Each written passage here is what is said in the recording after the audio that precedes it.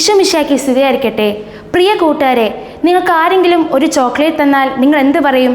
Thank you എന്ന് പറയുമല്ലേ? അത് കിട്ടുമ്പോൾ ആ കേൾക്കുന്ന ആൾക്ക് വലിയ സന്തോഷം തോന്നും. നമ്മുടെ ജീവിതത്തിൽ നമുക്ക് കിട്ടിയിരിക്കുന്ന എല്ലാ കാര്യങ്ങളും, നമ്മുടെ ശരീരം, നമ്മുടെ അപ്പൻ, നമ്മുടെ അമ്മ, വീട്, ഇതൊക്കെ ആരാണ് തന്നത്? ദൈവമാണ് ഇതെല്ലാം നമുക്ക് തന്നത്. ഈ കാര്യങ്ങൾക്കൊക്കെ നമ്മൾ ദൈവത്തോട് നന്ദി പറയാറുണ്ടോ? നമുക്ക് തെസ്സലോനിക്കക്കാർക്ക് എഴുതിയാലെ 1-ാം ലേഖനം 5-ാം അധ്യായം 18-ാം വാക്യം ശ്രവിക്കാം. എല്ലാ കാര്യത്തിനും നന്ദി പ്രകാശിപ്പിക്കുവിൻ. ഇതാണ് യേശു ക്രിസ്തുവിൽ നിങ്ങളെ സംബന്ധിച്ചുള്ള ദൈവഹിതം. നന്ദി പറയുമ്പോൾ നമുക്ക് ഈ 3 കാര്യങ്ങൾ ഓർക്കാം.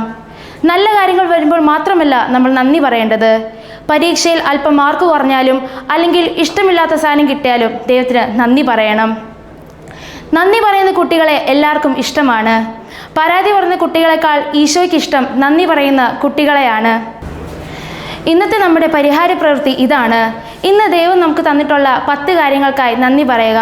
ഉദാഹരണത്തിന്, നിങ്ങളുടെ വീട്, നിങ്ങളുടെ അപ്പൻ, നിങ്ങളുടെ അമ്മ എന്നിവയ്ക്കെല്ലാം നന്ദി പറഞ്ഞ് ഈശോയ്ക്ക് സമർപ്പിക്കുക. അതോടൊപ്പം ഇന്ന് നമ്മളെല്ലാം സഹായിച്ച എല്ലാവർക്കും താങ്ക് യു എന്ന് പറയാൻ മറക്കരുത്.